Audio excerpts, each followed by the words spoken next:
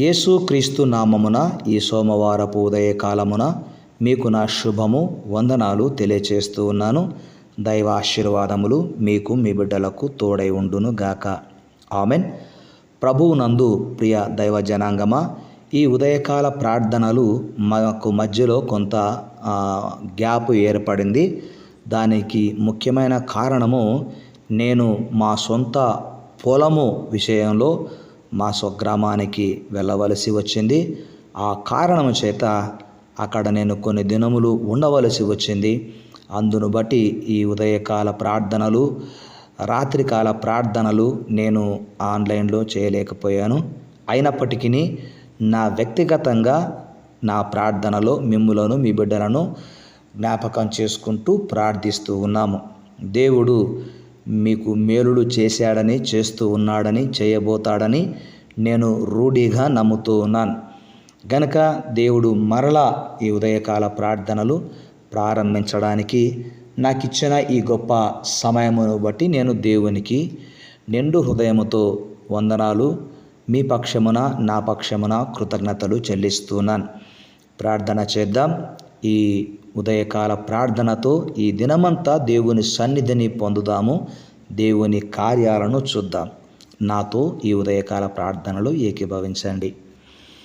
మహాపరిశుద్ధుడు అయిన నా తండ్రి, జీవము గల నా దైవమా, జీవాధిపతి, సర్వోన్నతుడా, సర్వశక్తిమంతుడా, మీ ఘనమైన నామానికి స్తోత్రాలు. సకల ఆశీర్వాదములకు నీవు కారణభూతుడవు గనక దయగలిగిన మా దేవుడవునైనా, ఈ మాసములో తండ్రి మరి 3వ తేదీ ఉదయకాల ప్రార్థన చేశాము.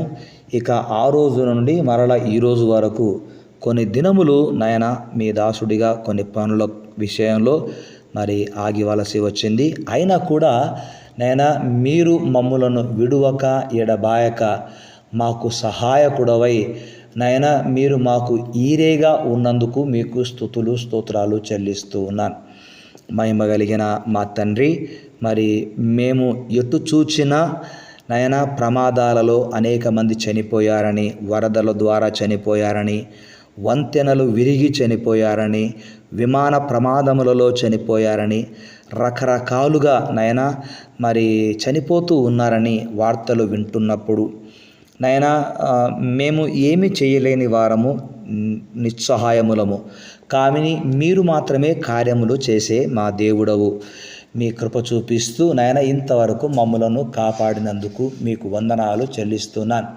దయగలిగిన మా దేవుడవు నాయన, నీవు దీనులకు జ్ఞానమునిచ్చువాడవు, బలహీనులకు బలమునిచ్చే దేవుడవు, దుఃఖములో ఉన్నవారిని ఆదరించే దేవుడవు, ప్రతి అవసరతకు తగిన కృపను దయచేయు దేవుడవు. నీ వంటి దేవుడు మాకు ఈ లోకములో ఎక్కడా లేడు.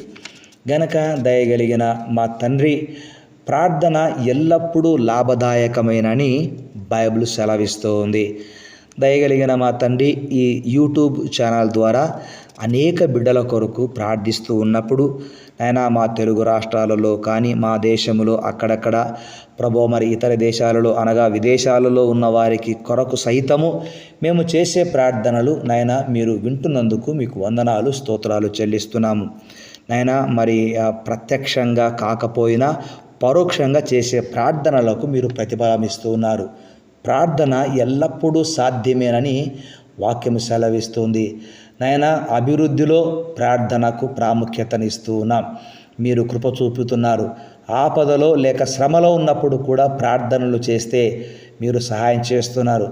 నాయన అపాయములో నాయన ఉన్నప్పుడు ప్రార్థిస్తే దేవా అపాయములను మీరు తప్పిస్తున్నారు. అందును బట్టి వందనాలు. ఈ మాసములో గడిచిన దినాలలో ఎన్నో అపాయాలు, ఎన్నో ప్రమాదాలు, ఎన్నో ప్రతికూల పరిస్థితులు, ఎన్నో శ్రమలు నాయన ఎదురైనప్పుడు దేవా ప్రార్థన ఎల్లప్పుడూ లాభదాయకము గనక మీతో మాకున్న సంబంధమును బట్టి దేవా మా అవసరతను మీరు ఎరిగిన దేవుడవై మాకు సహాయం చేస్తూ వచ్చారు. ఇది మీకు మాత్రమే సాధ్యము. దయగల మా తండ్రి, నిజమైన ప్రార్థన ఎల్లప్పుడూ జయముతో కూడి ఉంటుంది అని మీరు జ్ఞాపకం చేశారు. కనుక ప్రార్థన ఎప్పుడూ శక్తివంతమైనదే. సాతానుకు వణుకు ప్రార్థన అంటే. మనుషుడు పాపము నుండి ఎలా విడుదల యేసుక్రీస్తు రక్తము ద్వారా పొందుతున్నాడో అదే విధముగా ప్రార్థన ద్వారా ప్రతికూల పరిస్థితులన్నీ కూడా జయించగలుగుతున్నాడు. అందును బట్టి మీకు వందనాలు మా దైవమా. నాయన, మరి ఈ ఉదయకాల ప్రార్థనలో ఎందరూ పాల్గొన్నారు వారందరినీ పేరు పేరున దీవించండి. విదేశములలో ఉన్న మా ఆత్మీయ బిడ్డలు నాయన మరి ఉద్యోగాల కొరకు వెళ్ళి అక్కడే వివాహములు నాయన చేసుకొని స్థిరపడి ఉన్న వారిని బట్టి, వివాహ వయసు వచ్చిన బిడ్డలను బట్టి మీకు వందనాలు చెల్లిస్తున్నా. ఆశీర్వదించి వారి ప్రతి అవసరతను తీర్చమని కోరుకుంటూ ఉన్నా. అదేవిధంగా మా తెలుగు రాష్ట్రాలలో ఉన్న బిడ్డలను బట్టి కూడా వందనాలు, స్తోత్రాలు. ఎవరికి ఏది కొరతగా ఉందో ఎరిగిన దేవుడవు, క్రీస్తు పేరట ప్రతి కొరత తీర్చబడును గాక.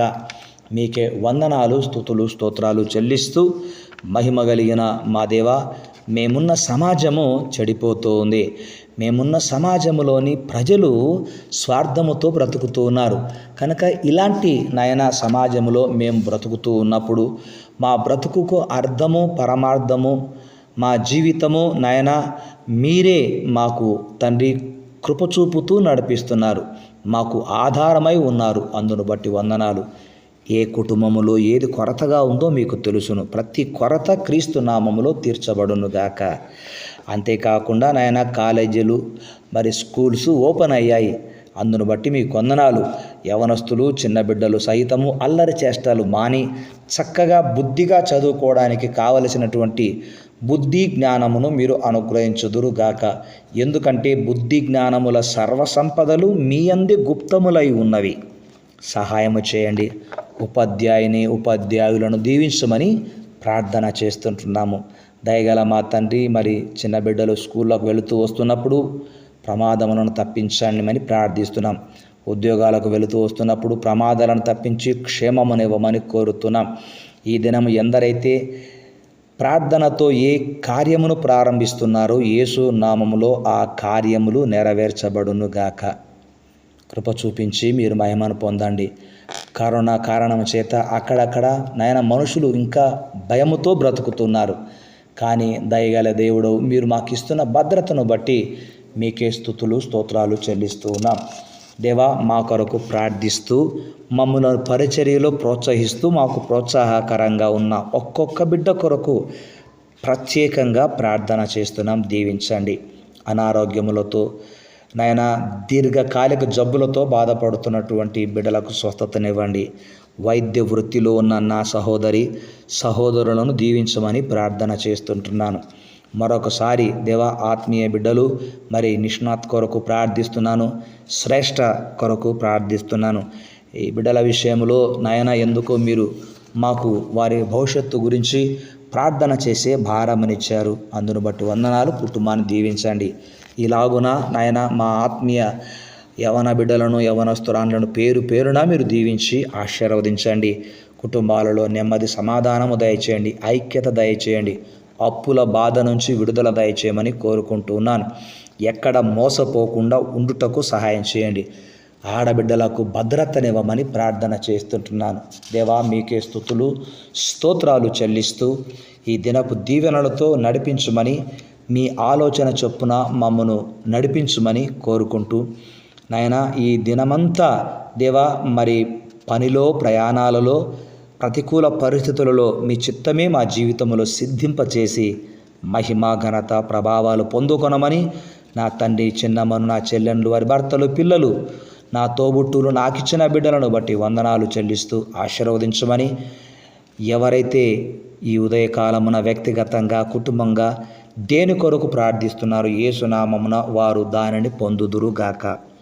కృప చూపించి మీ కార్యములు జరిగించుమని నా రక్షకుడు, విమోచకుడైన యేసు క్రీస్తు నామమున ప్రార్థిస్తున్నాము తండ్రి.